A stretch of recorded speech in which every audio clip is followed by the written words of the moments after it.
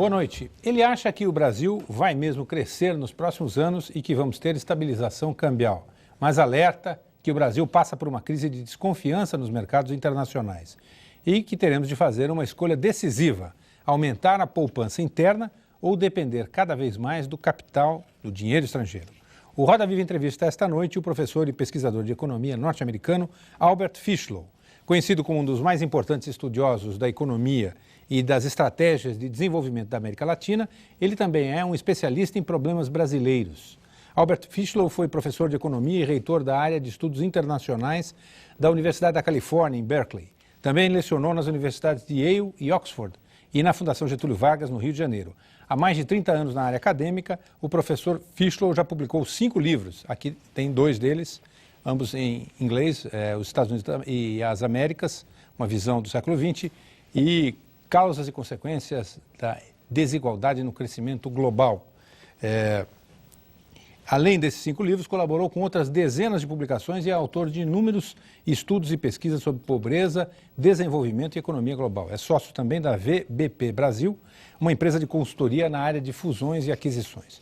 Para entrevistar o professor Fishlow, nós convidamos Eduardo Gianetti, professor de economia da USP, o jornalista José Paulo Kupfer, editor de opinião e colunista da Gazeta Mercantil, Carlos Alberto Sardenberg, comentarista da Rádio CBN e da TV Cultura, o jornalista Carlos Eduardo Lins e Silva, diretor adjunto do novo jornal Valor, que estreia em abril, André Laos, editor de economia da revista Exame, e Armando Avena, escritor e professor de economia da Universidade Federal da Bahia.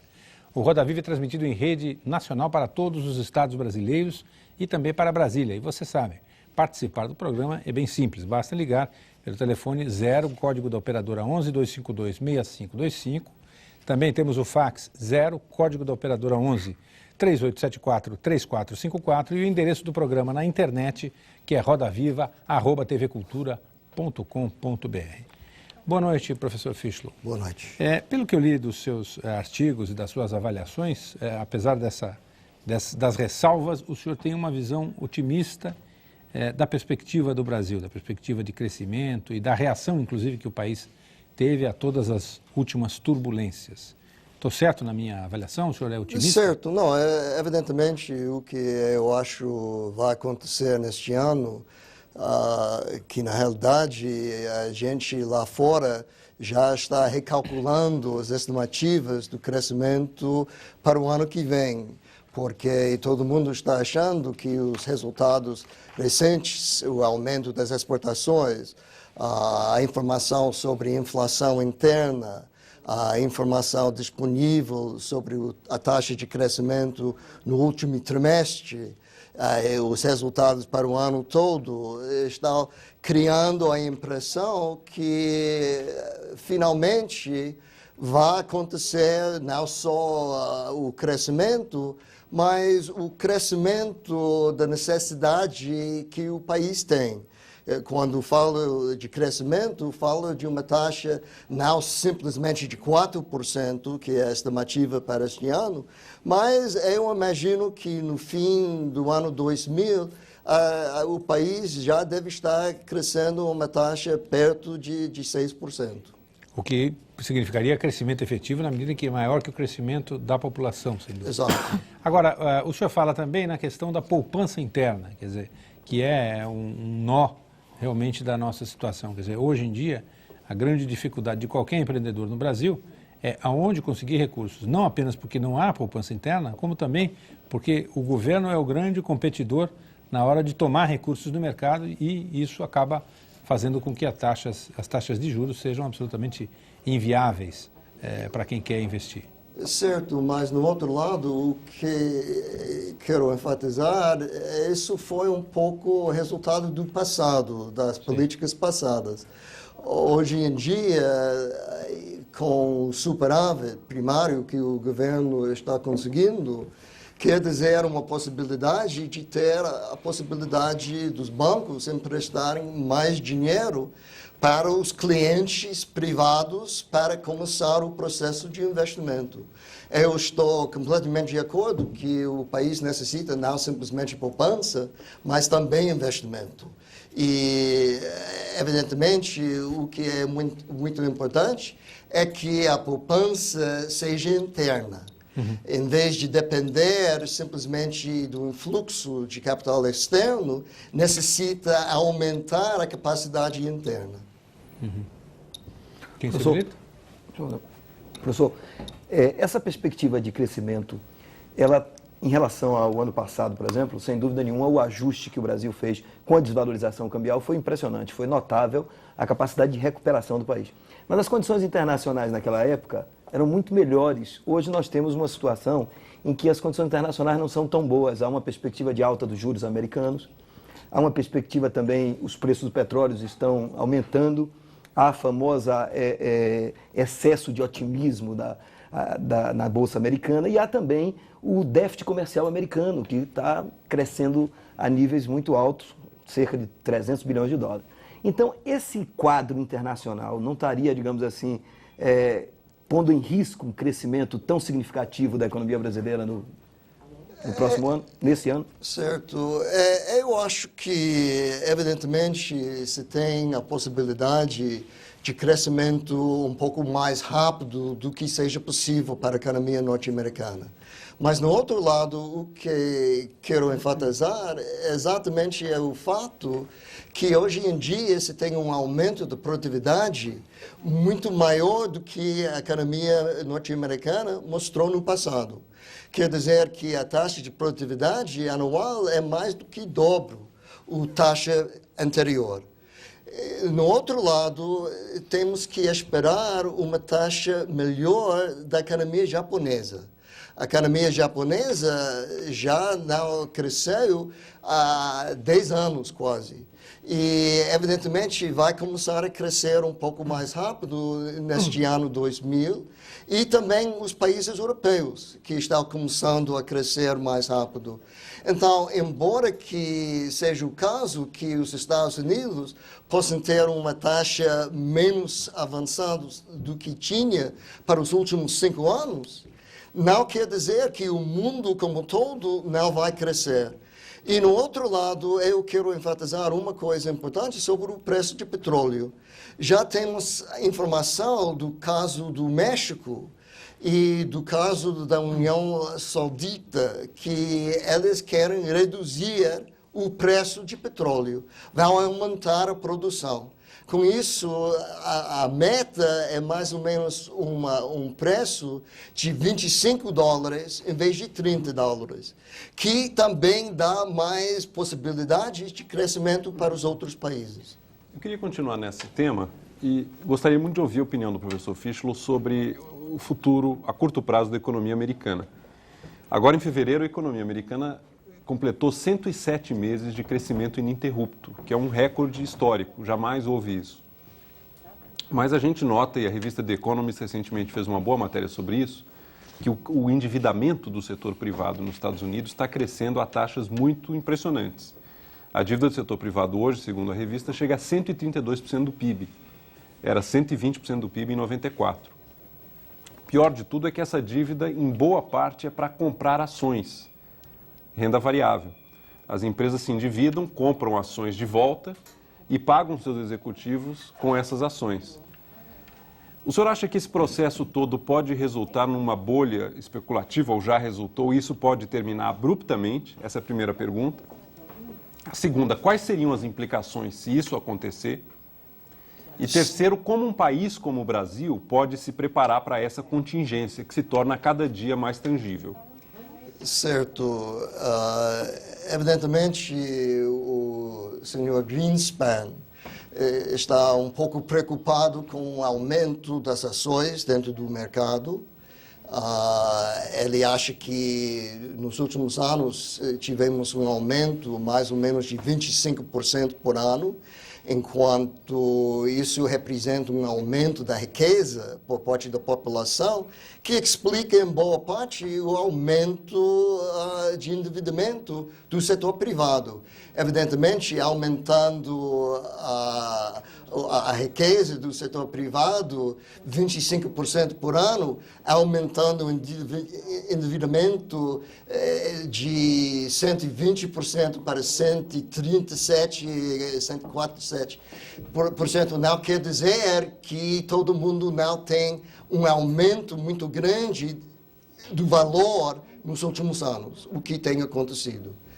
Olha, eu acho que se pode dizer também que existe muita especulação dentro do mercado norte-americano para as ações que trata de internet.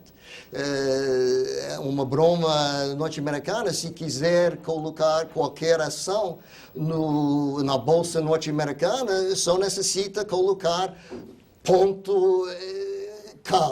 e assim você ganha o dinheiro.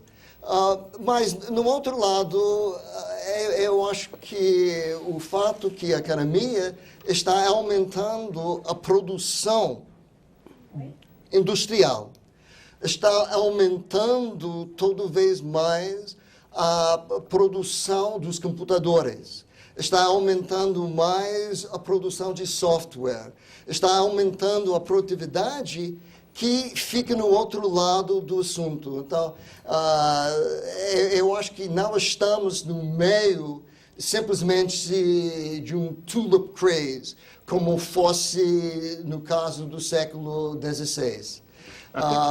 Então, a minha resposta à primeira pergunta, evidentemente, depois de 107 meses já de crescimento, se espera ter um pouco de redução. Mas eu digo mais, se podemos tirar do crescimento que os Estados Unidos tinham nos últimos anos, simplesmente os 2 trimestres de 91, a taxa de crescimento está contínua desde 83 até já o ano 2000. Então, quer dizer que temos realmente mais do que um recorde, já temos uma mudança fundamental na experiência norte-americana. Falando sobre a segunda pergunta, que foi... As implicações, as consequências. E um país como o Brasil deve estar preparado para essa contingência?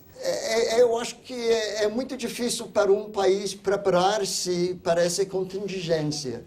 A implicação é que o país poderia ter reservas muito altas, mas, evidentemente, todo mundo sabe, para conseguir reservas altas, a implicação é a necessidade de não gastar dinheiro para outras finalidades, enquanto se tem muita necessidade de um investimento dentro do país. Então, eu acho que tem uma limitação da capacidade do mundo aceitar uma reversão muito importante norte-americana. Eu acho que é muito difícil para todos os países prepararem-se. E a terceira pergunta foi... Não, são essas duas, quer dizer, as implicações e como o Brasil lidaria com essa situação. Quer dizer, um plano de contingência, eu imagino. Ter alguma... O que seria adequado para um país diante de uma crise americana? Pensar um pouco, antecipar um pouco essa possibilidade como plano de contingência. Era apenas uma especulação. Certo. Eu acho que se houver uma crise norte-americana, a reação seria muito mais a dependência do Fundo Monetário Internacional, que já mostrou uma capacidade de levantar 50 bilhões de dólares para cada país. É impressionante como a política do FMI mudou nos últimos anos, nos últimos 5 anos. A segunda coisa que eu quero anotar também é o fato que, desde o fim de 94, havia a crise mexicana, havia também a crise asiática, havia a crise da Rússia, havia também o problema da desvalorização brasileira, e durante todo esse tempo, os Estados Unidos continuaram crescer. Então, nesse sentido, eu acho que, em vez de falar das limitações, é um pouco melhor pensar das possibilidades, continuar avançando. Professor, só para nesse ponto, continuar um pouquinho nesse ponto dos Estados Unidos, se puder um pouquinho, quer dizer, o debate entre os analistas, os observadores, Digamos, para simplificar, formaram-se dois grupos. Um achando que há alguma coisa de novo na economia brasileira, na economia americana, uma coisa de muito nova, que é essa mistura de internet, telecomunicações, computadores, ganhos crescentes de produtividade, e que, portanto, a economia americana mudou de padrão e ela pode crescer por um tempo muito longo, sem, enfim, completar o ciclo de crescimento. E o outro lado acha que não, que é simplesmente um ciclo mais longo, que mais cedo ou mais tarde vai ter uma bolha financeira, que talvez até já esteja ocorrendo e que vai parar. O senhor, pelo que eu estou entendendo, se alinha no grupo dos que acham que houve uma mudança fundamental da economia americana.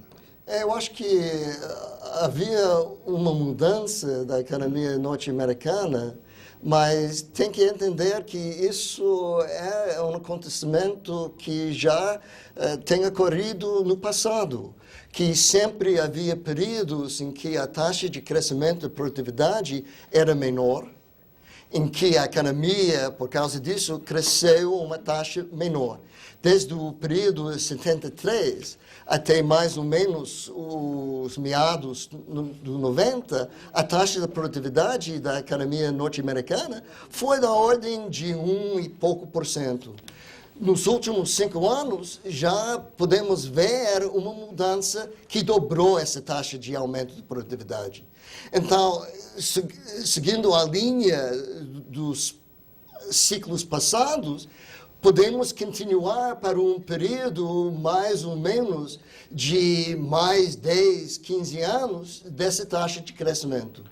E a outra pergunta seria a seguinte, os outros países do mundo, não só da Europa, mas da Ásia, da América Latina, têm como, de algum modo, imitar ou importar esse modelo americano? Ou isso é uma coisa muito ligada à cultura americana, ao modo do capitalismo americano, uma coisa que não pode ser praticada por outros países? Eu acho que, de certo modo, o mundo como todo já está importando o modelo norte-americano. Veja bem que, dentro da última década, o que podemos ver é o triunfo de capitalismo. Capitalismo do estilo muito mais ligado ao estilo norte-americano do que ao estilo alemão, do que ao estilo chinês anterior, muito mais ao estilo norte-americano do que japonês, etc. Então, já podemos ver como Coreia, por exemplo, está agora com uma taxa de crescimento outra vez da ordem de 7, 8% por ano, exportando outra vez e com a possibilidade de continuar. Estamos vendo como a taxa de inflação dentro do mundo como todo ha reduzido nas taxas fantásticas. Dentro da América Latina, podemos ver como se tem uma taxa média dos países latino-americanos menor de 10%.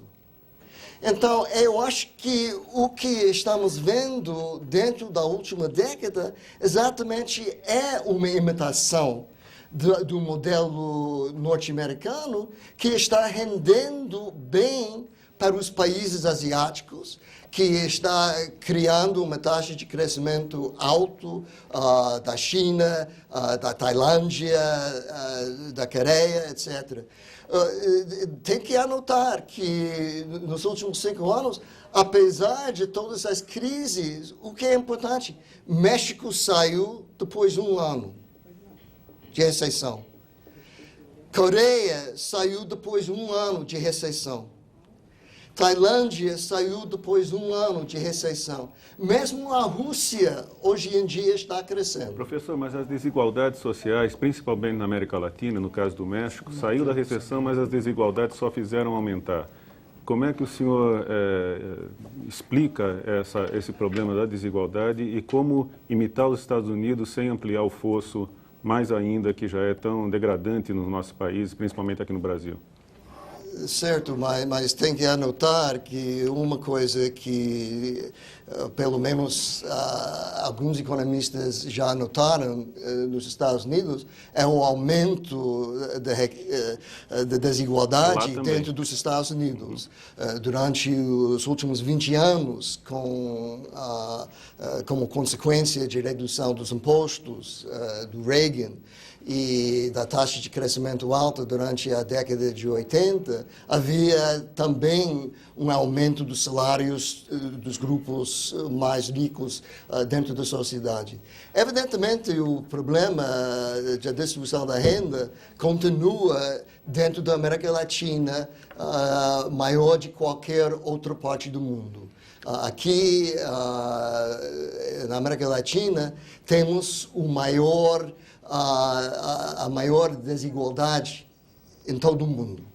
Isso fica muito claro. Evidentemente, a coisa necessária para tratar dessa situação, e eu sempre dou muita importância para isso, é o aumento da educação. Temos um sistema dentro da América Latina em que as universidades têm gente assistindo pagando pouco, e tem gente entrando pelas escolas secundárias privados que conseguem passar pelos exames necessários para entrar nas universidades, enquanto não existe o investimento necessário no nível secundário dentro do país. Sofíslo, indo um pouquinho atrás, antes de falar falar isso é educação.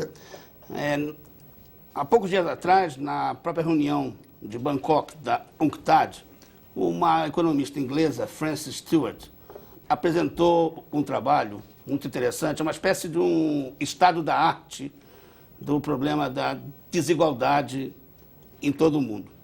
O estudo dela conclui que o crescimento econômico é neutro com relação à distribuição de renda.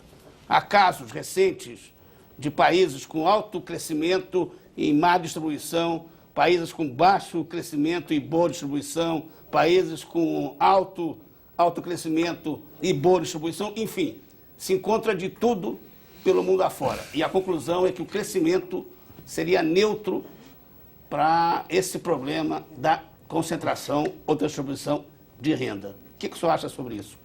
Como é que o senhor vê essa questão? Certo. Eu acho que não é neutro. Nesse sentido, evidentemente, um país crescendo uma taxa mais rápida tem os recursos necessários, de um lado, para investir mais, para crescer uma taxa mais rápida e para distribuir no mesmo tempo. Enquanto um país que tem pouco crescimento não tem essa possibilidade. Pode aumentar a educação, pode aumentar as outras coisas necessárias para melhorar a distribuição, mas não tem dinheiro suficiente para também aumentar o investimento. Uma coisa que fica muito claro na experiência mundial, eu acho, é que necessita uma taxa alta de investimento para crescer rápido. Quer dizer que se tem países que conseguiu uma taxa de investimento alta sem empobrecer os outros. Esse deve ser a finalidade, o objetivo de qualquer política inteligente. Professor.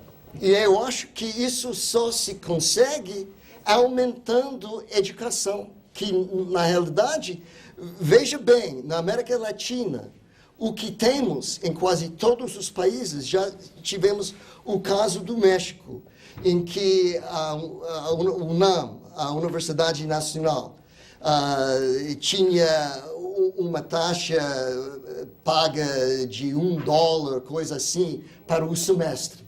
E eles queriam aumentar para $190 e ninguém queria aceitar.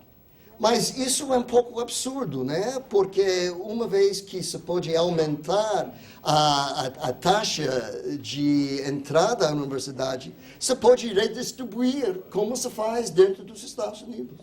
e como se faz dentro dos outros países europeus, etc. Professor, o senhor citou a questão do investimento como uma das fontes do crescimento. E eu queria fazer a seguinte pergunta. O senhor está pensando em investimento público ou privado? No fundo, tem uma grande discussão no Brasil de qual que é o papel do governo no ataque dessas questões de desigualdade e de pobreza, que é importante ressaltar que são duas questões completamente diferentes, embora elas apareçam frequentemente misturadas. Quer dizer, como é que o senhor vê a questão do papel do governo, especificamente sobre desigualdade e sobre pobreza? Certo. O que eu acho é que a estratégia passada deve ser alterada. Que no passado havia a estratégia do setor privado poupar e o setor público investir. E havia investimentos em todos os lados. O sistema telefônico, o sistema elétrico, todas as obras públicas, as companhias de aço, etc., foram públicos. Eu acho que tem que mudar. Tem que fazer que o setor público tem que poupar e deixar o setor privado investir nos bens em que o setor privado tiver a capacidade maior de fazer. E eu acho que se pode fazer melhor investimento privado dentro da área de aço e nas outras áreas em que se tem comércio, etc. No outro lado, o que eu faço questão é a necessidade de ter investimento público dentro do setor de educação, dentro do setor de saúde, dentro dos setores em que o governo tem uma responsabilidade, em que tem uma taxa de retorno muito alto e que pode conseguir uma mudança da sociedade. A propósito disso, não sei se o senhor está bem familiarizado com o tema, em geral o senhor está familiarizado com as coisas brasileiras, mas surgiu aí uma ideia agora do Fundo de Combate à Pobreza e Erradicação da Miséria. A ideia é que o dinheiro da privatização, que antigamente até aqui foi utilizado para bater dívida, a partir de agora os recursos de privatização são colocados num fundo, aplica-se o dinheiro do governo aplicado em títulos do próprio governo, e o rendimento, então, é gasto com programas de combate à pobreza. O senhor acha que isso aí é uma boa ideia e que é uma coisa que funciona? Eu acho que muito depende da maneira em que o dinheiro seja gasto. Se fosse simplesmente uma transferência do dinheiro para os pobres, que poderia continuar para muitos anos sem alterar o sistema educativo, sem alterar o sistema de saúde dentro da população, sem alterar o investimento em casas, sem alterar o capital humano do país, não vejo como vantajoso para o país. Porque seria muito mais um gasto de consumo próprio, em vez de ser um investimento que o país necessita. Professor, ainda nessa linha, em 1972 o senhor deu uma declaração importantíssima, dizendo que o milagre econômico, embora tenha se tornado, tenha resultado no crescimento econômico expressivo, mas ele não melhorou a distribuição de renda no Brasil. Pelo contrário, ele piorou essa distribuição de renda. Aliás, gerou até uma polêmica, essa coisa toda, mas foi uma declaração importante e comprovada hoje pelos fatos. Nessa linha, se vem a seguinte pergunta: qual é a maneira mais adequada de um país combater essa desigualdade? O senhor também, em determinada entrevista, disse que se fosse distribuído 3% do PIB brasileiro, isso daria um salto enorme na nossa economia. E, no entanto, o país ainda patina nesse problema da distribuição da riqueza. Primeiro, porque a gente sabe que dos recursos que são encaminhados para os pobres, mais de 50%, 60% deles ficam na atividade meio, não chegam ao, digamos assim, ao destino final. E, por outro lado, a gente sabe também da dificuldade de você fazer essa transferência direta. Então, eu queria saber do senhor o seguinte: primeiro, de que maneira se pode implementar efetivamente uma política de distribuição de renda? É via salário? É via educação? Qual é o melhor sistema? E queria também ouvir do senhor uma opinião sobre os programas de renda mínima, especialmente aqueles programas Bolsa Escola, que estão sendo implementados em vários estados, em vários países do mundo. Olha, o que fica muito difícil é negar que educação seja o fator mais importante na distribuição da renda. Temos os estudos feitos em quase todos os países que mostram que uma distribuição igual da educação se poderia indicar uma distribuição da renda mais igual também. Uma coisa que, desafortunadamente, não foi feita no Brasil desde o passado, né? Que é uma coisa que se fala muito, mas infrequentemente se tem feito. O que podemos ver, já estamos começando. Eu vejo um progresso dentro da área da educação. Vários estados estão fazendo um esforço maior, está tratando de introduzir os exames, está tratando de implementar provas, etc., que resulta em um sistema melhor. Então, eu vejo educação como não só o elemento mais importante, mas é quase o único elemento que podemos identificar dentro dos estudos feitos em uma série de países. A segunda coisa que eu digo é que a outra área que é de grande importância é também a importância da saúde. Hoje em dia, evidentemente, com gente pobre, comendo pouco, não tendo uma possibilidade de crescer e desenvolver-se no sentido mental, estamos realmente criando um problema em vez de resolver o problema. Então, eu vejo isso também como uma necessidade. O que, afinal de coisas, é necessário é tratar do problema da distribuição da renda como fosse um problema de longo prazo, em vez de ser um problema que poderia ser resolvido de um dia para outro.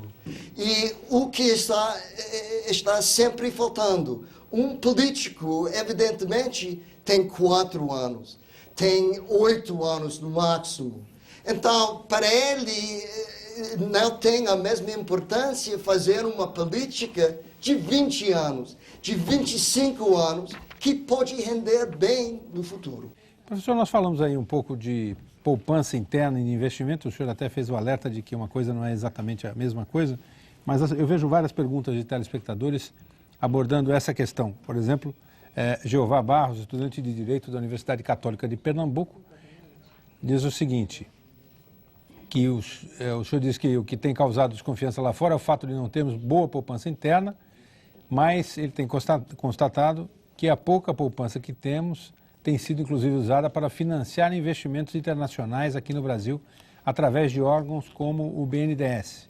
E o pior, que após esse financiamento, vem o envio das divisas para as matrizes dessas empresas. E eu agregaria a seguinte questão. Para o grande público, quando a gente fala de poupança interna, a pessoa pensa na caderneta de poupança, que foi durante muitos anos um instrumento de garantia da rentabilidade mínima do seu dinheiro. Hoje em dia não é mais, né, em relação à realidade.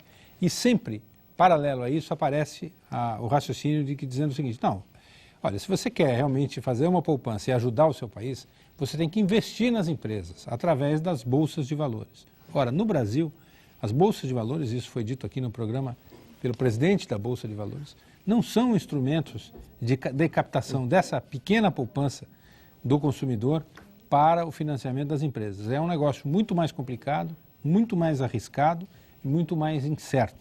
Como é que se resolve a poupança interna? E sem esquecer a pergunta do Jeová, o que o senhor acha do BNDES financiar empresas estrangeiras para comprarem as nacionais? Certo. Quero enfatizar no início o fato que, mesmo nos Estados Unidos, a poupança interna vem principalmente das empresas. a poupança pessoal era negativa para alguns meses no ano passado. Então, na realidade, se tem quase toda a poupança que vem das empresas e também no caso do Chile, onde havia um aumento até 26%, 27% do produto que se tem como poupança, se tem as empresas mesmas que estão fazendo isso. Então, não se pode ter a poupança que vem das cadernetas individuais, tem que acontecer, ao meu ver, aqui no Brasil e também nos outros países latino-americanos, do superávit do governo. Eu acho que o governo, com superávit, tem a maneira de transferir a poupança para o setor privado, em vez de fazer o que fez no passado, que foi exatamente o contrário, que o setor privado investiu o que o setor privado poupou. Então, eu quero deixar claro. Com relação ao problema do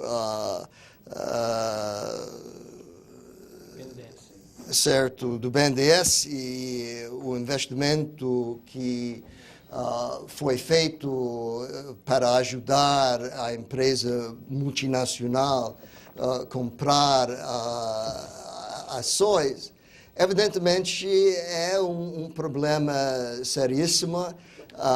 Dentro do país havia muita discussão sobre o caso também da Banespa e a importância de ter um banco brasileiro comprando, em vez de ter uma empresa multinacional comprando, etc. Isso não é um problema simples. Não é um problema simples porque o BNDES, como fonte de recursos, que está ajudando o país a alterar a postura nacional, evidentemente tem que aceitar uma realidade, que não se poderia ter grandes aumentos de produtividade dentro dos setores de telecomunicações, dentro dos setores de energia elétrica, etc., sem a participação das empresas multinacionais. Olha, já acabamos de ver a situação da Telefónica da Espanha, que hoje em dia está criando uma companhia para toda a América Latina, em vez de ter as companhias nacionais. Então, estamos dentro de um novo período de globalização, em que o país tem que enquadrar-se e só vai conseguir enquadrando-se se houver esse grande aumento de poupança que vai reduzir a necessidade do investimento externo. Sofísculo, estamos indo para uma coisa mais planetária, mas eu queria ainda um assunto bem local. Como o senhor sabe, nesse momento está uma discussão danada sobre o salário mínimo. Se é $100, se não é $100, o que isso produz, o que isso não produz. Bom, os seus estudos, todos os estudos, e os estudos recentes do próprio IPEA sobre a economia brasileira, especialmente no ano de 95, mostram que o salário mínimo distribui renda muito rápido e de uma maneira muito eficiente. O senhor acha que o salário mínimo aqui no Brasil deveria ser de $100? Não deveria? Qual seria a boa política quanto a isso aqui no Brasil? Certo, mas aqui se tem um problema sério, porque de um lado se tem o aumento do salário mínimo, que todo mundo gostaria de ver, e como consequência de uma taxa de crescimento contínuo. No outro lado, evidentemente, aumentando o salário mínimo implica um déficit do setor de previdência que poderia crescer muito rápido no futuro e matar qualquer possibilidade de crescimento futuro. Então, aqui se vê exatamente o cerne do problema. Podemos aumentar no curto prazo o salário mínimo, tratando de melhorar a situação dos pobres, mas, no fato, fazendo isso, temos as implicações futuras que não são tão bons. E temos também o estudo feito pela Europeia, que saiu mostrando que as implicações para um aumento de 36% do salário mínimo implicaria um aumento de gasto para a Previdência Social da ordem de 18 milhões de reais. Então, 18 bilhões. 18 bilhões. Bilhões De reais. Então, aí se tem o problema claramente. O que queremos, evidentemente, é uma maneira de aumentar o salário mínimo. Mas isso vem do fato que vai haver os aumentos da produtividade no mesmo tempo. Há quem ache, talvez teoricamente ou talvez de maneira radical, que não deveriam ser os trabalhadores e os aposentados, os pensionistas, os pagadores dessa conta, mas sim os rentiers, os que vivem de renda, que carregam a seu favor uma dívida e uma conta de juros monumental com uma despesa de juros maior do que o déficit da previdência privada. O senhor acha que isso faz sentido ou é só demagogia? Eu acho que uma coisa que aprendimos dentro da América Latina durante a última década e que quase todos os países têm feito é ter uma taxa de juros positiva. Evidentemente, não estou falando de uma taxa de juros de 40%. Não estou falando de defesa de uma taxa fixa de câmbio, etc. Veja bem que a taxa... Que produziu uma tremenda pressão sobre os gastos públicos. Certo. Mas não o senhor tenho qualquer defendeu a dúvida. taxa de câmbio fixo, se eu não estou enganado, durante bastante tempo. Quer dizer, hoje, em retrospectiva, o senhor acha que essa política devia ter sido alterada antes? Teria sido menos truculento para o país se o câmbio tivesse sido modificado em meados de 98, em vez de ter sido como foi em 99? Eu acho que se houvesse feito alguma coisa na primavera de 98, teria sido muito melhor. Porque Na foi primavera antes brasileira ou na Era primavera americana? brasileira, logo após a Rússia. Não, da primavera norte-americana, estou falando, não da primavera brasileira. Quer dizer, no começo do ano de 98. Em Exato. abril de 98. Antes Exato. da crise russa. Antes da crise da Rússia. Uma vez que Teria sido aconteceu melhor se tivesse a feito crise da Rússia, não havia tantas opções para o país. Havia uma necessidade de reagir e tratar de defender, em vez de ter uma possibilidade de alterar a política uma maneira melhor. E nisso eu acho que, claramente, hoje em dia se poderia ver isso. Em retrospectiva, o senhor acha isso hoje? Agora, na época, não era tão Na claro. época, defendi a taxa fixa, porque pensei que foi necessária a Ankara para estabelecer a confiança do público na limitação de inflação e que havia uma necessidade de ter mais tempo com inflação da ordem de 5%, 4%, etc., para acostumar-se, em vez de começar logo alterando a taxa de câmbio. Professor, o senhor falando de câmbio fixo, o senhor é especialista não só em Brasil, mas em América Latina em geral. Queria ouvir a opinião do senhor quanto à Argentina, que, digamos, radicalizou essa opção pelo câmbio fixo. Qual é a sua opinião? É sustentável aquilo ou não é? Eles têm alguma opção de repensar a política? Que conselho o senhor daria ao ministro da Economia argentino? Eu acho que, na realidade, para a Argentina não tem alternativa.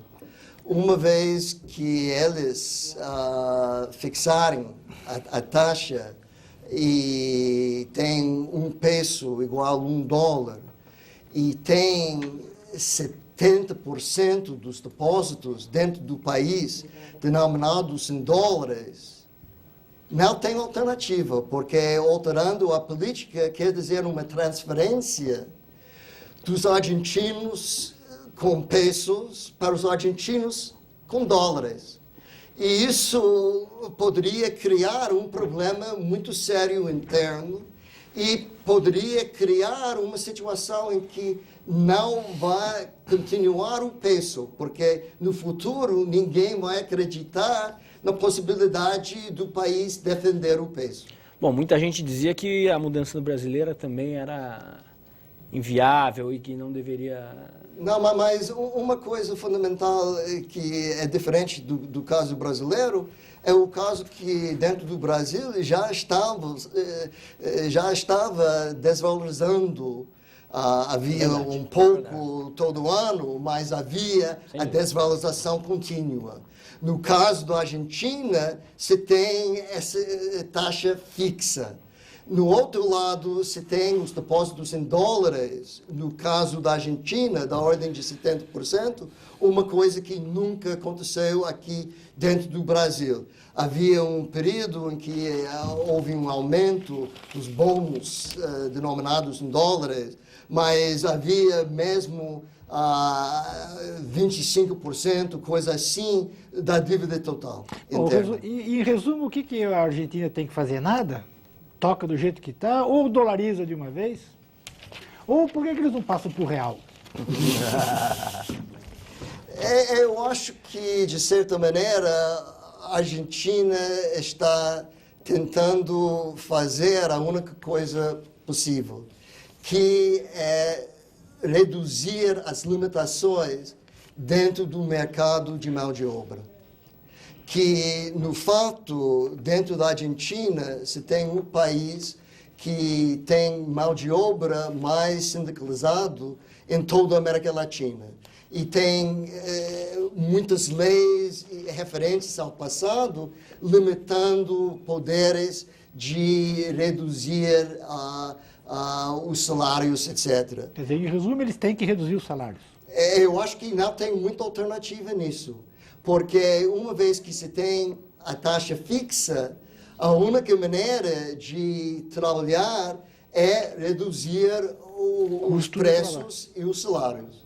Essa representa a única alternativa possível. E, na realidade, isso ha criado um problema seríssimo para a Argentina. A Argentina, antes do ano passado, havia passado para ser o exportador principal ao Brasil. 30% das exportações argentinas foram ao Brasil. E o mercado brasileiro foi importante. Por quê? Porque havia uma sobrevalorização do real e assim os bens argentinos tinham mercado aqui. Hoje em dia, esse mercado não existe mais. Agora, a Argentina tem que enfrentar esse problema. E eu acho que a única maneira de fazer é ou dolarizar, quer dizer que vai haver uma redistribuição da renda interna, que de uma maneira ou outra tem que ser compensada, e vai trabalhar com o dólar como base do sistema, como o Panamá, que vai representar uma situação que também não representa muita coisa boa para os argentinos. Veja bem, o dólar hoje em dia está no valor máximo contra o euro. E se tem o valor do ouro agora menos de $1. E para a Argentina, que exporta muito para o mercado da Europa, quer dizer a perda de recursos como essa consequência, tem que reduzir os preços. Em resumo, a Argentina está perdida. Não quero dizer isso. Poderia ser que estou convidado a Buenos Aires na semana que vem, então eu não quero limitar as possibilidades da Argentina.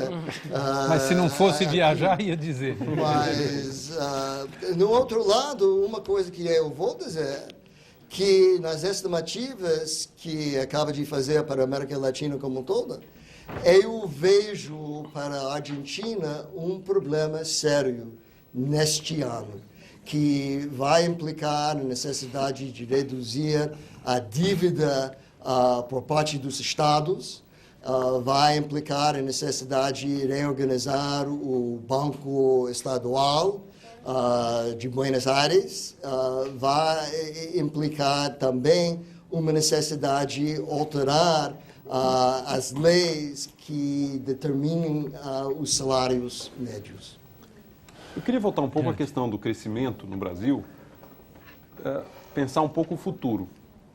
Se nós olhamos a experiência brasileira de crescimento, uma das coisas que mais chama a atenção é a descontinuidade.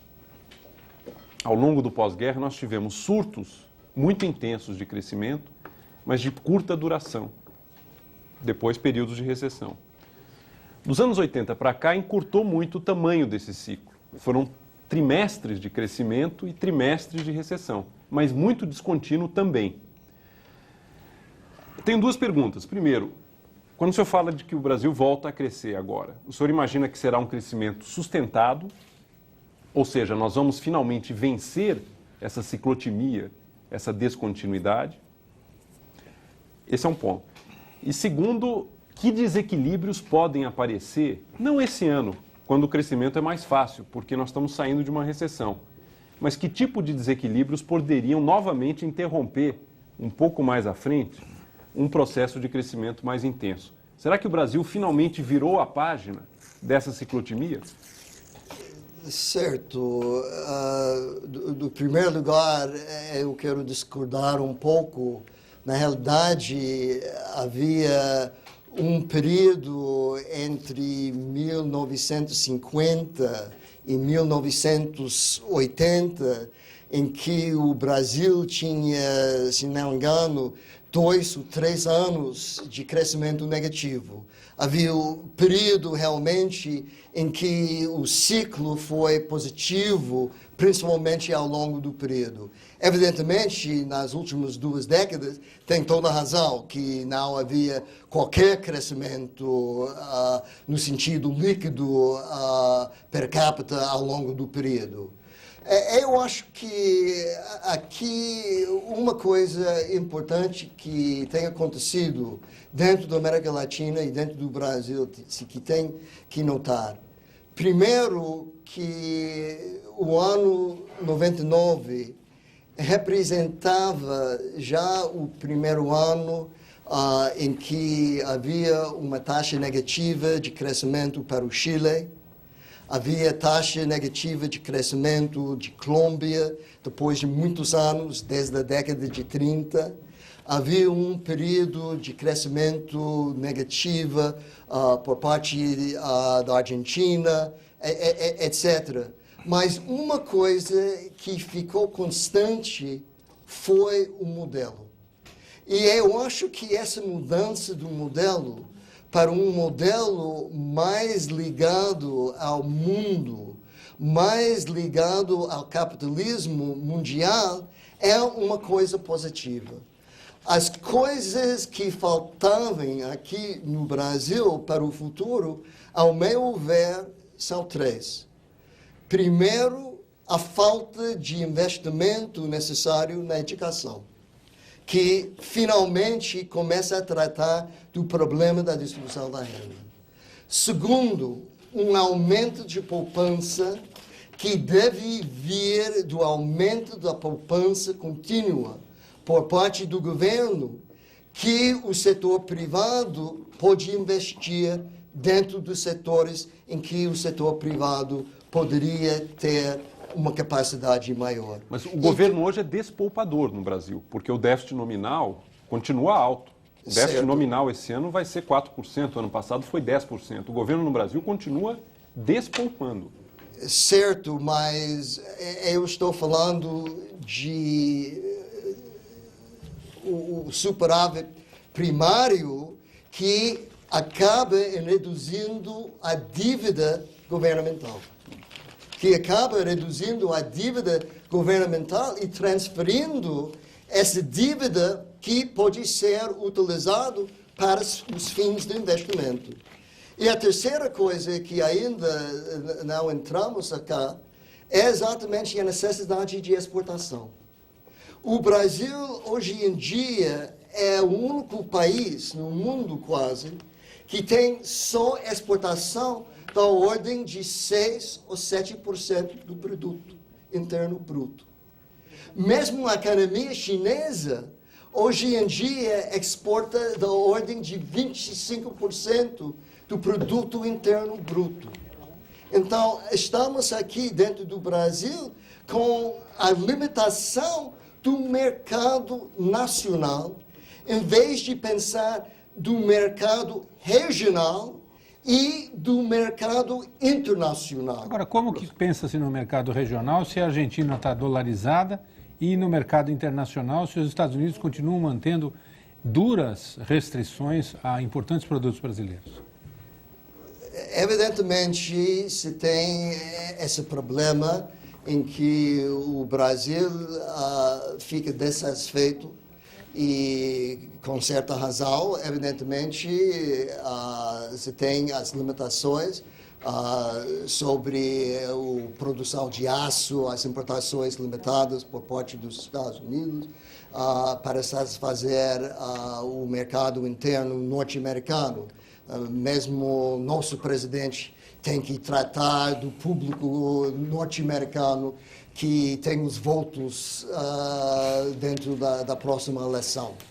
Mas, no outro lado, eu vejo uma possibilidade do Brasil investir mais nas possibilidades de exportação para a Europa, para o Japão, para os países que vão começar a crescer mais rápido e que representam o mercado. O mercado dentro da América Latina vai ser melhor neste ano, vai representar uma taxa de crescimento mais ou menos de 4% ou todavia mais dentro da região, que implica uma possibilidade de sustentar uma exportação crescente para o México, para a Colômbia, para os outros países, às quais o Brasil, na realidade, não sempre dava importância no passado. Professor Fischl, Flávio Mazaro, aqui do bairro de Jaçanã, em São Paulo, administrador de empresas, pergunta o que o senhor acha, tenho certeza que o senhor conhece o assunto, da fusão entre a Brahma e a Antártica, duas grandes companhias cervejeiras brasileiras, que vem sendo contestada por uma concorrente ligada a uma multinacional. Já que o Gesner Oliveira era o meu aluno. O Pedro Malan também, né? Certo. Eu não quero falar nada sobre o assunto. Eu sei que está dentro da questão se vai a judiciário, etc. Então, eu não... Mas do ponto de vista, vamos então descartar, tirar um pouco da pimenta da pergunta. O senhor acha que o caminho da fusão entre as empresas, em que pese a discussão de o tamanho do espaço no mercado que elas ocupam, é inevitável no Brasil? Eu acho que o Brasil é um país grande, né? E, na realidade, estamos vendo um começo de fusão em quase todos os países dentro da região. Estamos vendo isso também na Argentina, estamos vendo também no Chile, estamos vendo também no México. Representa uma alteração para ter não só economias de escala, mas também economias de propaganda, economias também de acesso aos mercados maiores.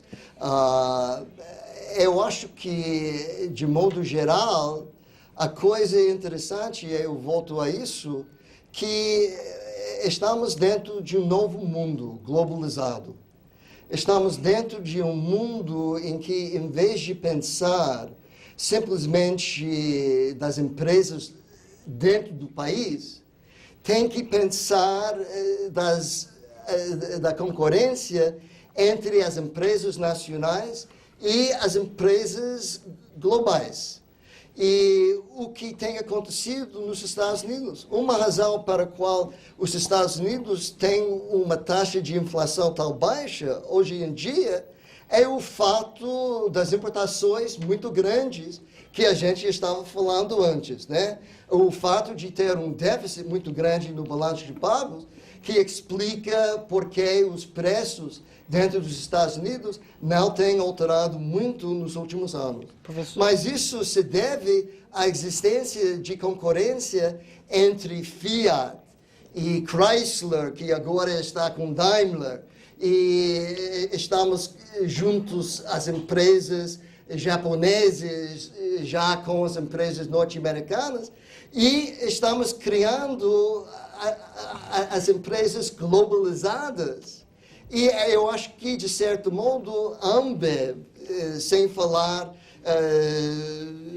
da verdadeira sentimento sobre o que está acontecendo nesse caso, está uma indicação do futuro. Professor, agora, essa questão é interessante, porque a gente estava falando um pouco de exportações, e a gente vê que o Brasil continua basicamente um exportador de commodities, com algumas exceções para mercados próximos daqui.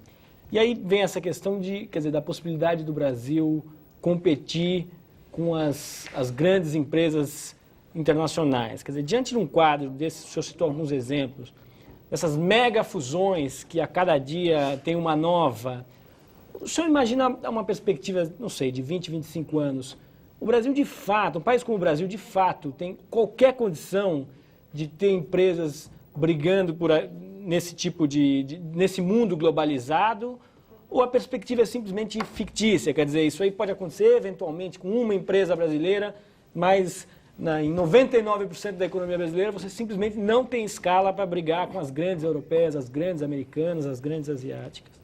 Pensando em 25 anos, por exemplo. Certo.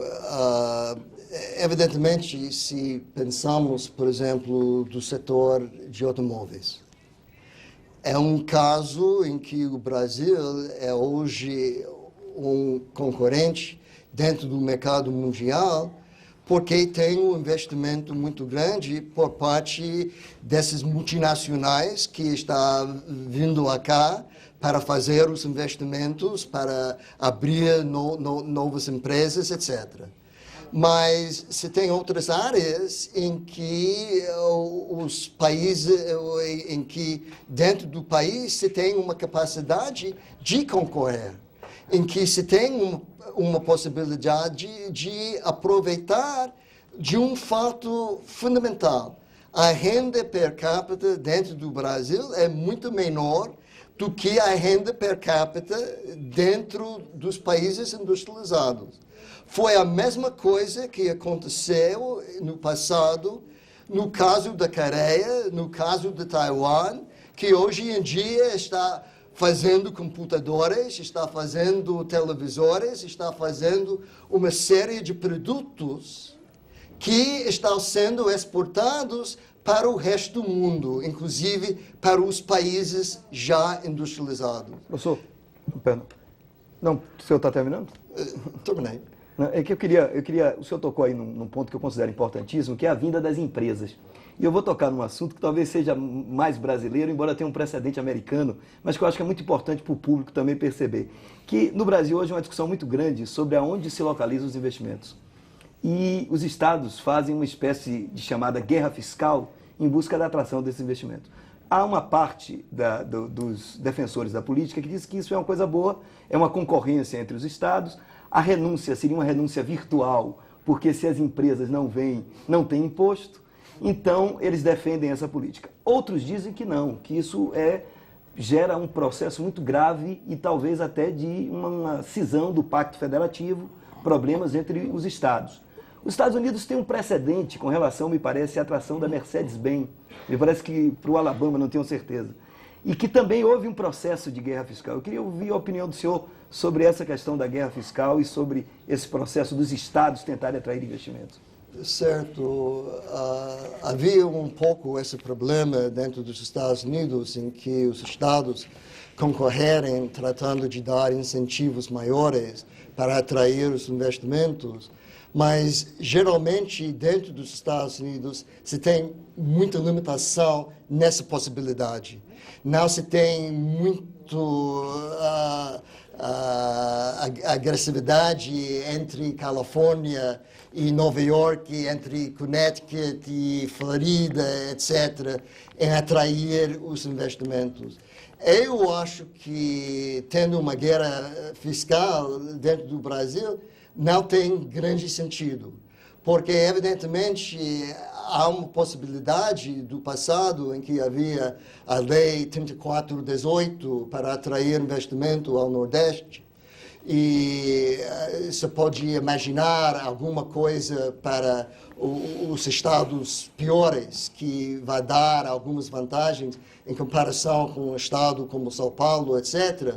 Mas criar uma guerra em que um estado trata de oferecer muito mais para uma... Teria que ser uma política federal. Exato. E não a política dos estados. Exato. E eu acho que começa a haver não simplesmente uma guerra que começa assim, mas tem o problema contínuo dentro do Congresso, tratando de muitos outros assuntos onde esse tipo de coisa não deve entrar. Professor, uma pergunta um pouco mais dirigida ao passado e não ao futuro. Nós estamos aí nas vésperas da comemoração do 5º centenário do descobrimento, entre aspas, do Brasil, e há um certo debate sobre por que o Brasil se tornou um país subdesenvolvido. Inclusive, alguns colegas seus americanos têm lançado umas teses revisionistas de que, no passado, o Brasil era tão rico quanto os Estados Unidos e, por motivos que cada um acha que foi diferente, o Brasil, num determinado momento, se condenou ao subdesenvolvimento. Na sua opinião, quando foi que esse evento aconteceu e por quê? Se é que o senhor concorda com isso, quer dizer, por que o Brasil, que era rico, se o senhor concorda com isso, num determinado momento de sua história, se condenou a não ser rico, ou pelo menos a não ser tão rico quanto os Estados Unidos são? Discordo um pouco. Eu acho que isso pode exagerar muito a riqueza do Brasil no século XVII e XVIII, quando não havia, na realidade, tanta renda per capita. Acontece que a experiência dos Estados Unidos mostra que, desde quase o começo, por causa da agricultura e por causa de uma possibilidade de ter uma agricultura no norte que deu uma renda muito boa, em contraste ao sul, onde havia a possibilidade de utilização dos escravos para produzir os produtos exportados dos Estados Unidos, mas também havia claramente uma renda dentro dos Estados Unidos sempre maior do que dentro do Brasil. Não havia um período em qual o renda do Brasil era maior do que dos Estados Unidos. Se não fosse bem no começo, antes dos Estados Unidos mesmo começar a funcionar. E, na realidade, eu acho que essa ideia de que havia esse período em que o Brasil tinha já a fonte de riqueza e alterou porque não havia mais ouro ou não havia mais diamantes que poderiam ser explorados, é um pouco uma exageração. Que havia um fato fundamental por parte dos Estados Unidos, que é a renda que vem do setor agrícola. A renda que veio do setor agrícola norte-americano foi sempre muito alta em comparação à renda da agricultura dentro da Europa e dentro de qualquer outro país no mundo. Foi por causa disso que havia sempre a exportação da agricultura dos Estados Unidos no século XIX e também explica por que havia a industrialização que começava nos Estados Unidos no começo do século XIX.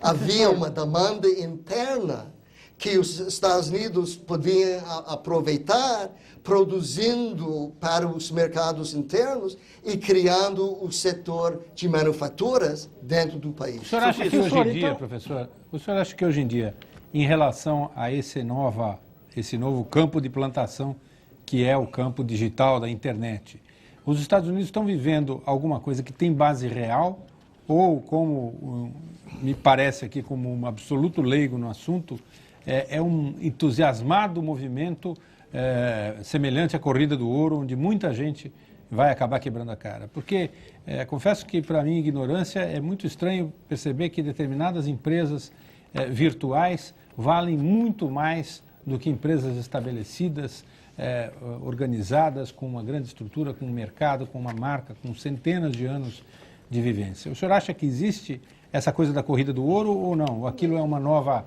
terra que realmente vai render muito? Eu acho que é muito importante diferenciar, por exemplo, o fato que essas empresas, hoje em dia, a AOL, por exemplo, tem um valor muito grande e se tem essa possibilidade de ligação com Time Warner, etc., que todo mundo está falando, e etc. Mas veja bem, o mercado já começou nas últimas semanas a reduzir o valor da AOL dentro dos Estados Unidos. Eu acho que, de certo modo, se tem muitas empresas entrando na contestação. Vai haver um período de seleção. Foi igual à situação do automóvel. Quando os Estados Unidos começou a produzir automóveis, havia mais ou menos 25, 30 companhias de produção de automóveis. Havia, afinal, simplesmente Ford, Chrysler e General Motors que surgiram. Então, estamos dentro do mesmo processo. Estamos começando com centenas de companhias que estão organizadas porque se tem gente querendo participar nesse processo que, inegavelmente, vai render bem. Veja como as vendas no internet dentro dos Estados Unidos já cresceram muito mais rápido do que estava previsto. Mas, professor, um fato que preocupa muito sobre os Estados Unidos, e está ligado a esse ponto, é que os Estados Unidos, como o Brasil, é um país de baixa poupança doméstica. Tá? Os Estados Unidos têm hoje um déficit em conta corrente de 4% do PIB. O passivo externo nos Estados Unidos está crescendo muito. O número que eu tenho aqui é que ele já atinge hoje 1,5 trilhões de dólares.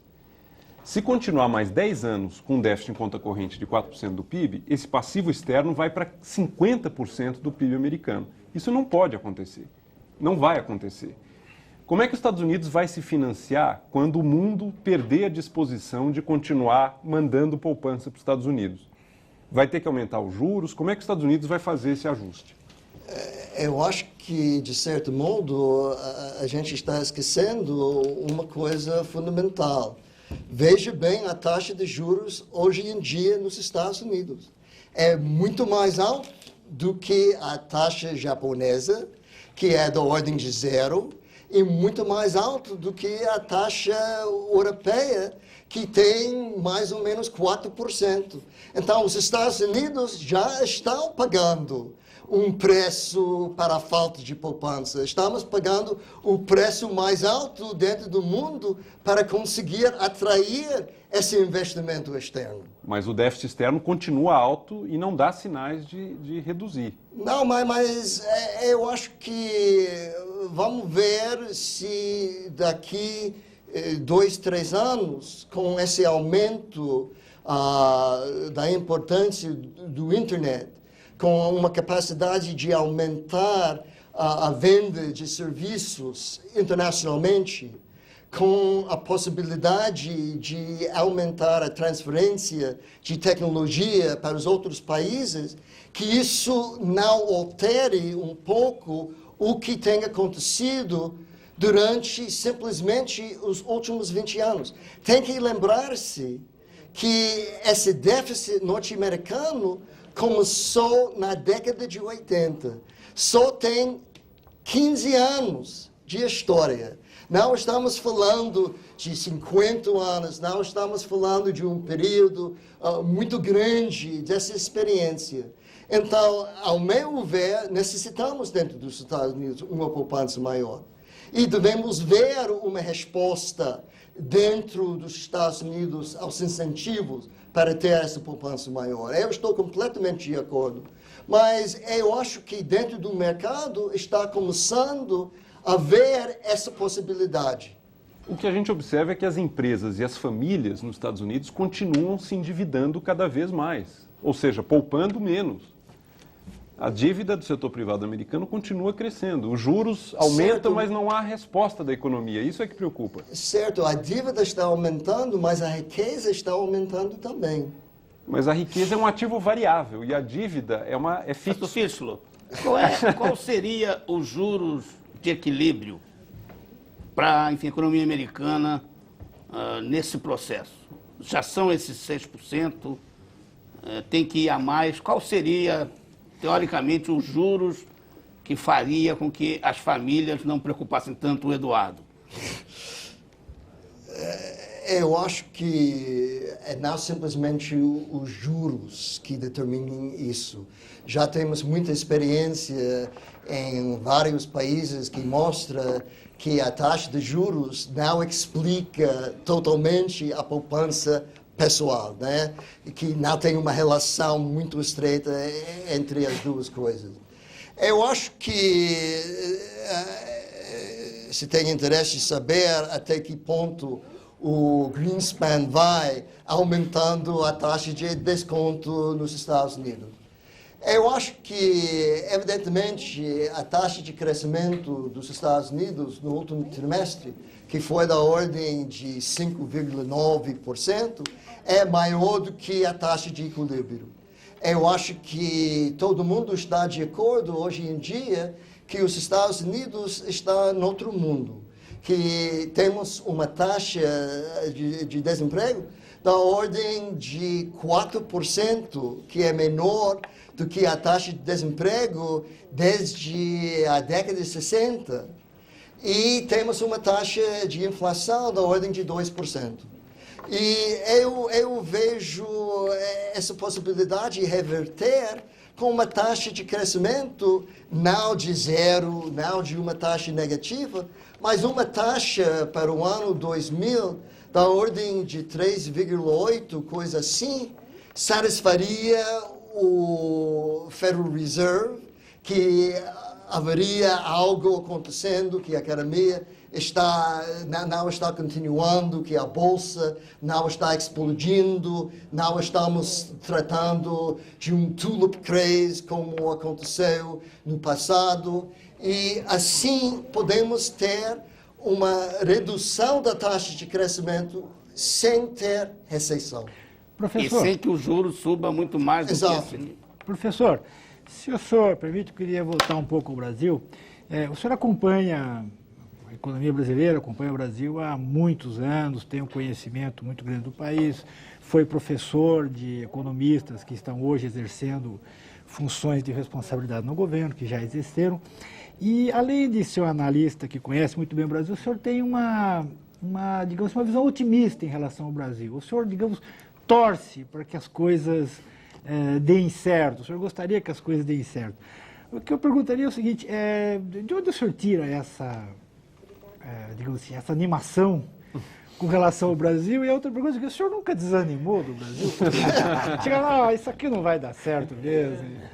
Não, foi uma vez durante a década de 80 que eu estava com Fernando Henrique, naquela época, um seminário em São Paulo. E saiu nos jornais o que eu disse naquela época. Eu disse que foi a minha culpa que aprendi a falar português em vez de ficar especializado em castelhano. Então, de certo modo, de vez em quando eu fico aguardando, talvez como vocês, a recuperação brasileira. Eu acho, e não só no Brasil, mas na América Latina como toda, havia mudanças fundamentais. Eu acho que a redução de inflação e a aceitação do déficit como a fonte de inflação representa um fato importante. Eu acho que, no segundo lado, a aceitação de necessidade de tarifas baixas, em vez de ter tarifas da ordem de 200% para defender os interesses nacionais, representa também um entendimento continental.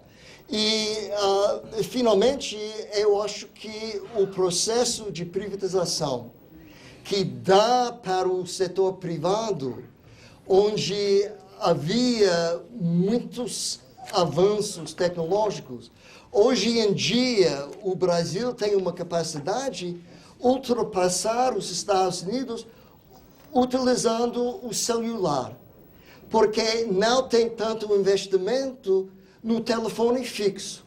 Assim, representa uma maneira de alterar a trajetória do país. Eu vejo a mesma possibilidade acontecendo utilizando o computador, em que o Brasil, hoje em dia, é o país dentro da América Latina que tem mais utilização do computador. Eu vejo uma redução do preço de computador, uma grande entrada de computadores que poderia realmente alterar a maneira de fazer negócio dentro do país. Então, nesse sentido, eu acho que o que é importante para o país, hoje em dia, é não simplesmente seguir os outros países, mas também saltar.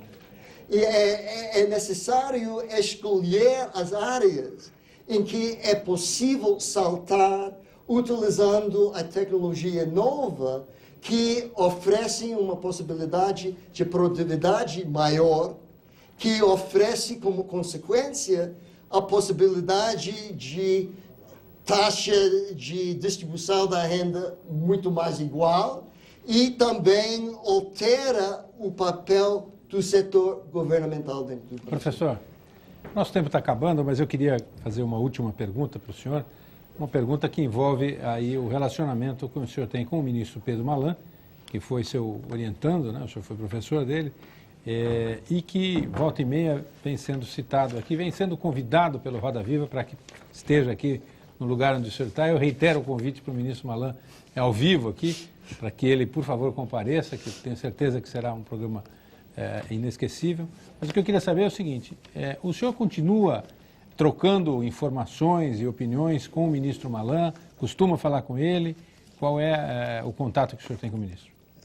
Eu tenho muito pouco contato enquanto estou no Brasil. De vez em quando o vejo, de vez em quando ele viaja aos Estados Unidos, eu o convidei para comparecer no Conselho de Relações Internacionais, onde estava. Mas ele tem a satisfação de saber que qualquer coisa que ele faz, a culpa é dele. Ele é o seu aluno mais famoso, professor? Não, eu tenho outros alunos que o ministro de Planificação da Colômbia, hoje em dia, Mauricio Cárdenas, é meu aluno também. Que nota o senhor dá para o ministro Malan hoje? E o presidente Zedillo de México era meu aluno. O presidente da Costa Rica, Miguel Ángel Rodríguez, era meu aluno. Então, eles aprenderem muita coisa, espero, e o que eles fazem dependendo do ponto de vista deles. Ok, professor Fischler, muito obrigado. Obrigado a todos os nossos entrevistadores. Ao ministro Malan, por favor, compareça. E nós voltamos na próxima segunda-feira, sempre às 10h30 da noite. Uma boa noite, uma boa semana e até segunda.